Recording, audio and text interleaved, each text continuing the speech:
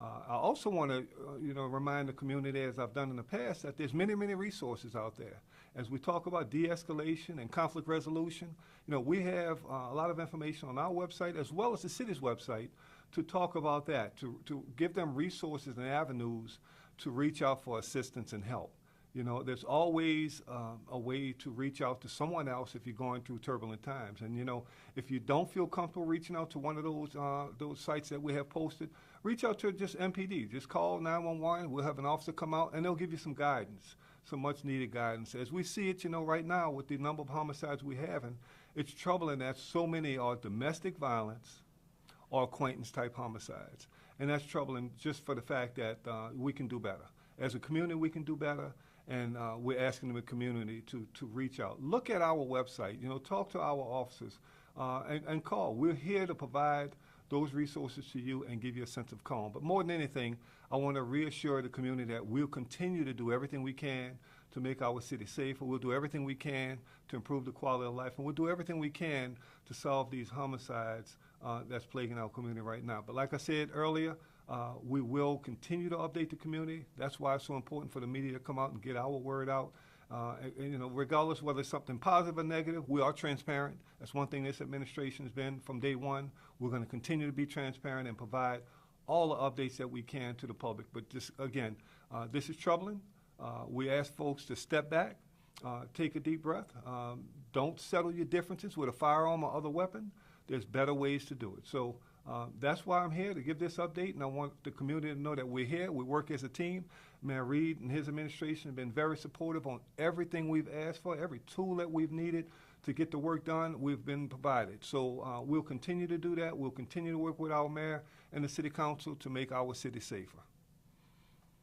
And if I can, one of the things, as the mayor of the city, one of the things that I believe is important is the trust in public safety and the confidence that this is a safe community.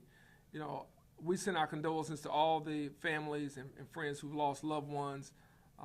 This year, those that have lost them in the past. Anytime you have a homicide, it's one too many. And we recognize that the data doesn't matter if it's someone that you know, if it's someone that you love that's been lost to gun violence or any type of criminal activity. And so talking with Chief, we want to ensure that not only the men and women in the city of Montgomery, but this entire community understands that public safety is our number one priority.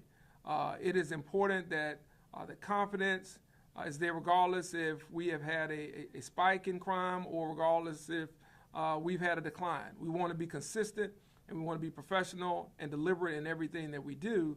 And that's what we've seen here from the men and women of Montgomery Police Department.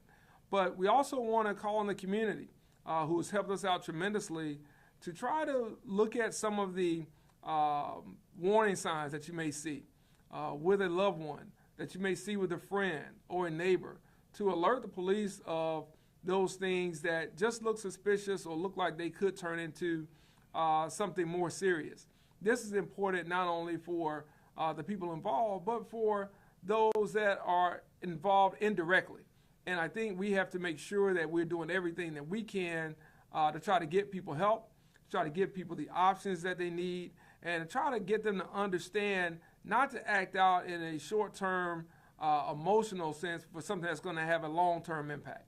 And we want to do everything we can to be proactive, to reduce crime, but we also have to do those things that are necessary to respond to crime and to make sure that if we see people who are repeat offenders, if we see people who are getting bonded out, if we see people who have guns or have things they should not have, that we're going to utilize everything we can in our toolkit to bring the full force of the law down upon them. And that's just what we are going to continue to do, but we're going to continue to make sure that those who are impacted by crime hear from us, and those who have been a part of helping solve crimes, that they stay in contact with us. That is so important, that we have the partnership, that we have the trust with this community, and from this administration, working with Chief Albert and working with everyone in leadership here, we're going to do whatever it takes to make sure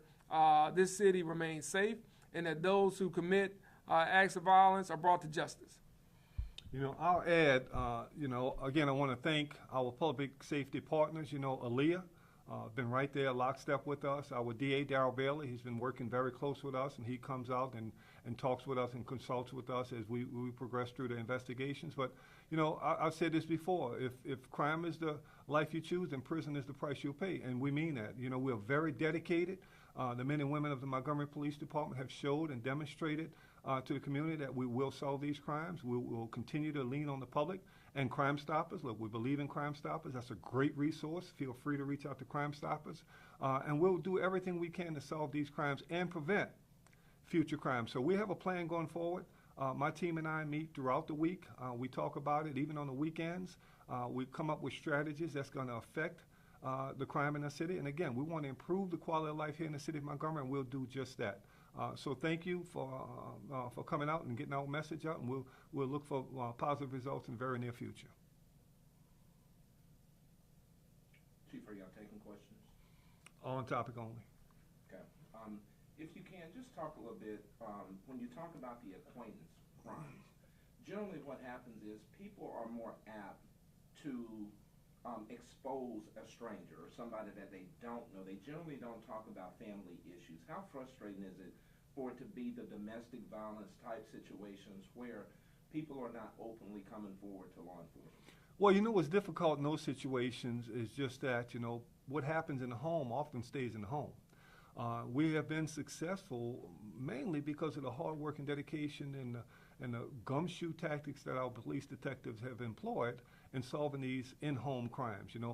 Acquaintances, people that know each other had, maybe owed some money or had some other type of differences. We see a lot of that coming from social media. We see that coming from neighborhoods. And people just not really settling that with just a discussion anymore. It's no longer, just a dispute. It turns into a gunfight or the weapon used. And again, our men and women are very keen on identifying those techniques that's used in these homicides and solving them. The unsolved crimes are the ones that we really need the public to help us with. Those unsolved crimes is where we really count on Crime Stoppers to come forward and provide a reward for those who provide information to us. We have resources on our website that we urge the community to reach out and give us the tips. And there's of course incentives for doing so. You have the 1 year mark right now. At 100 days, you had a plan of what you wanted to implement. Right now, where you are after 1 year, talk a little bit about the initiatives that you've done, and you've had success. Just talk a little bit about the things of how you feel about where you are right now. Well, I tell you, that first year was a time for me to identify, what the needs were. We did just that. I installed a new command staff and made some adjustments to the manpower and the patrol sectors. Worked very close with the partners. I met every partner, whether it be local, state, or federal, and got commitments from each and every one of them. So that's been really good to have. The biggest piece to that is twofold. It's the community and having the men and women of the police department engaged. What I've seen is not only the detectives behind the scene, but the officers out front, the ones coming to your homes on these domestic calls, the ones coming to the homes on the regular complaints, how engaged they are in solving crimes and identifying those responsible. So, I look forward to what this year has in store for us. Again, our summertime crime plan is in full effect right now because we've seen this uptick, but we'll continue to drive it home and, again, to make our community safe. You talked a little bit about a plan that you have. Can you elaborate in any way on that? Well, just to be soft on it, we've reached out to all the partners, local, state, and federal partners. Again, we count heavily on tips to our Crime Stoppers. Tony Garrett over there, Crime Stoppers, that resource that they have over there out in the community is big for us. Of course, our tip line is huge for us. So just basically getting the commitment from the community and having that trust in the community. Building trust with law enforcement in the community is a big thing. You think back to the George Floyd era, that was broken. I think here, with the leadership, with my team, myself, and the mayor and his team being out there in the community, reaching out, talking to folks, and letting them know that, look, we've demonstrated the work that we can do when we work together as a team. Mayor, if I could, on topic, just talk a little bit, if you can, because this is not germane to just Montgomery. When you talk to your counterparts, other cities are experiencing the same thing. Birmingham just had 9 murders in 9 days with 2 high school students. When you talk to your peers, what do y'all compare? Do y'all collaborate? Where are you all in that conversation piece? I think when you talk to mayors around the state and around the country, there's a concern not only about violence, but how easy it is for so many people to get access to guns, how these guns can be converted to semi-automatic guns themselves, and everything from Glock switches to ghost guns, how all these things are being utilized. And I think there's an awareness among mayors that we're dealing with a different environment than just even 5 or 10 years ago. And it takes a community, it takes individuals close to those that are in the life or those that are having some difficulty to kind of try to sway them from taking action that, again, is going to have long-term impact. And I think from the mayors around the state, we're trying to introduce legislation to assist us in fighting crime, to assist our men and women in our police departments to really have a fair battleground when they're out in the streets. We need their help at the state level as well. Laws like permitless carry laws that the state legislature passed last year don't help us at all at the local level, but yet we're responsible for it. At the same time, we want to make sure that people have access to services that they need, whether that be substance abuse, whether that be violence intervention programs, whether that be hospital-initiated programs as well, and certainly mental health programs. All of these things play a factor, along with just valuing life. When you get down to it, the question has to be not only do you value your own life, but do you value that of someone else's? And I think that we have to get back to a place where humanity is valued more than what it is right now. And that's not something that government can do alone. It's not something that a mayor can do. It takes the entire community, it takes an entire effort to make sure that we understand what happens when people take decisive actions like pulling a gun and what all comes with that. And I think far too often those factors aren't considered because people hear about what happens on the front side, but they don't hear about the path after that. And I think those are things that we want to try to bring more so to the forefront so we can reduce incidents of violence throughout all of our communities, not only here in Montgomery, but throughout the state of Alabama.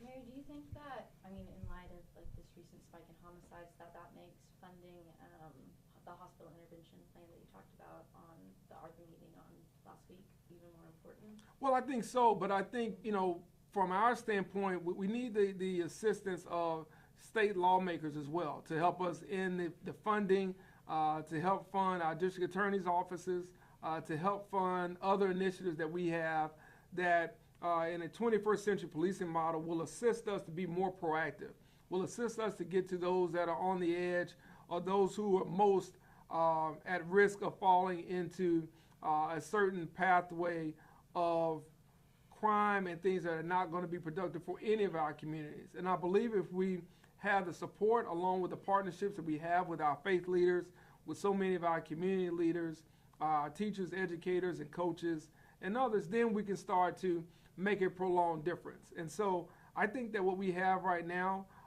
is something that we can get our arms around, but it's something that we want to make sure that the community knows that we take very seriously and that it is our number one priority to address it and to correct it. And I'll close with this. We're strategic in our deployments. We'll continue to be strategic in our deployments. We're utilizing technology every single day. The mayor has provided us with a lot of technology for policing. That's modern day policing. That's 21st century policing. And we utilize that every single day, and it's been successful for us, and we'll continue to do just that.